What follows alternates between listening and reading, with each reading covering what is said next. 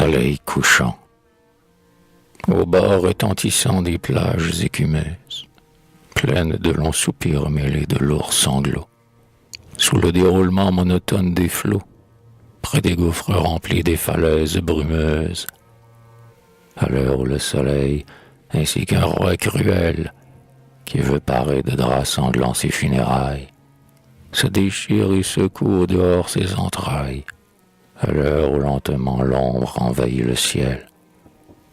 Un homme se tenait silencieux, la côte était déserte.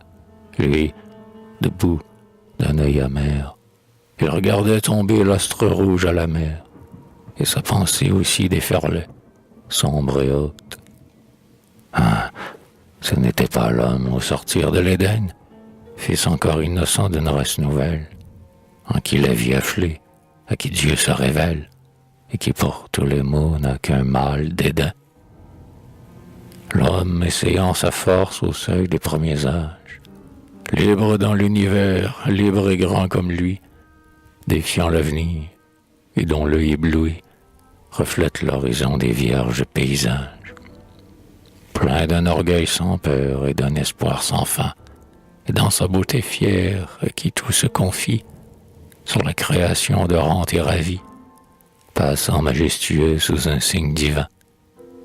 C'était l'homme vieilli des races séculaires, fils de la lassitude et des labeurs déchus, et qui, désabusé des dons qu'il a reçus, a des printemps plus froids que les hivers polaires, qui, remuant la cendre immense du passé, initié tout jeune au mensonge des rêves, a vu la vanité de ses luttes sans trêve, et sans but désormais s'en va le front baissé, qui, ployant sous le poids d'insupportables chaînes, se connaît tout entier dans la joie ou les pleurs, rassasié du rire autant que des douleurs, sans élan pour le bien et pour le mal sans haine.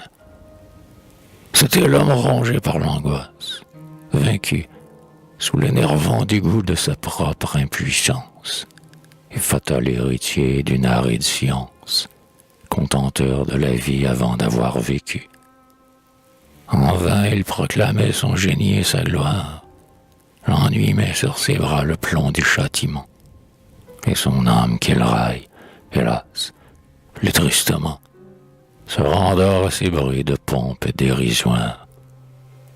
Stupide et vil, trempé d'inutiles sueurs, en vain il rit des dieux qu'ont adoré ses pères, et s'élance au profit du fond de ses repères, les doigts crispés, les yeux pleins d'obliques lueurs. Car le veau d'or, ce dieu comme un autre implacable, à l'enfer de Midas le regarde marcher. Honneur, amour, vertu, tout ce qu'il veut toucher, s'échange sous ses mains en cet or qui l'accable.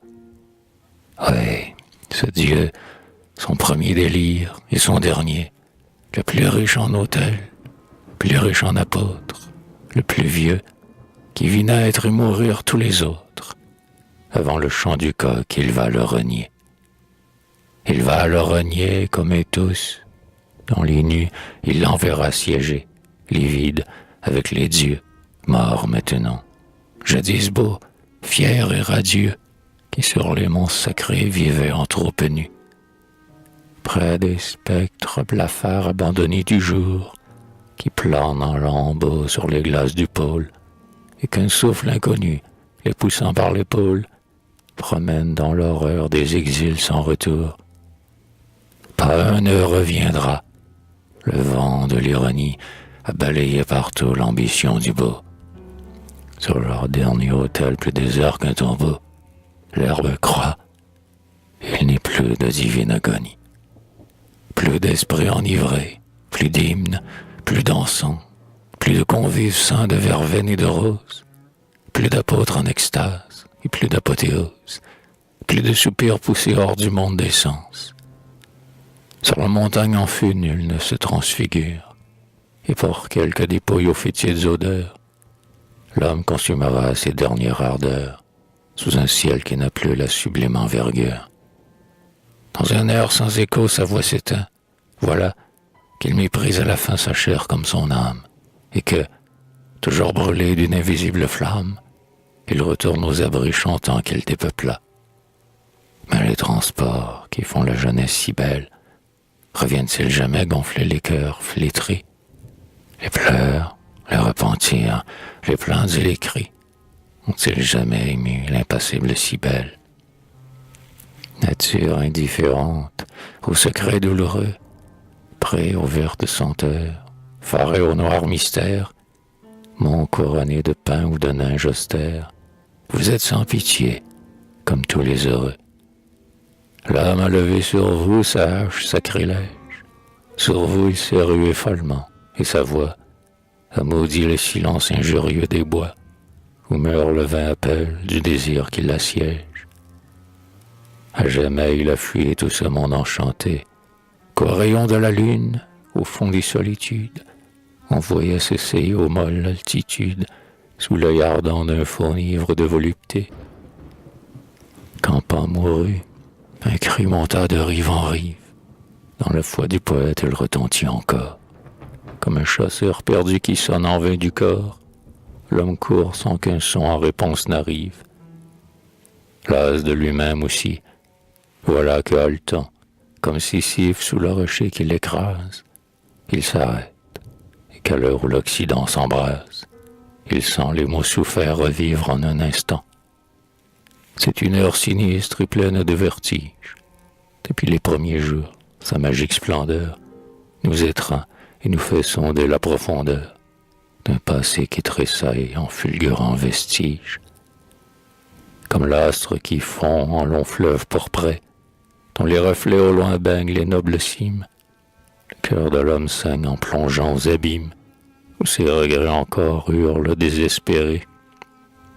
Mais aujourd'hui, devant la chute glorieuse du globe dont l'éclat brillait sur son berceau, ce n'est plus vers l'Éden dont il garde le sceau qu'il se reporte au bout d'une ardeur furieuse. Ce n'est plus son enfance aux cantiques lointains, dont le souvenir en ses fêtes s'exhale, ni la branche arborée en palme triomphale qu'il pleure en gémissant sur sa part du destin. Ce n'est plus un saint nom qu'il invoque ou qu'il prie, hélas, et ce n'est plus, même quand vient le soir, la mort, son épouvante et son dernier espoir, qu'il appelle, sentant toute source tarie.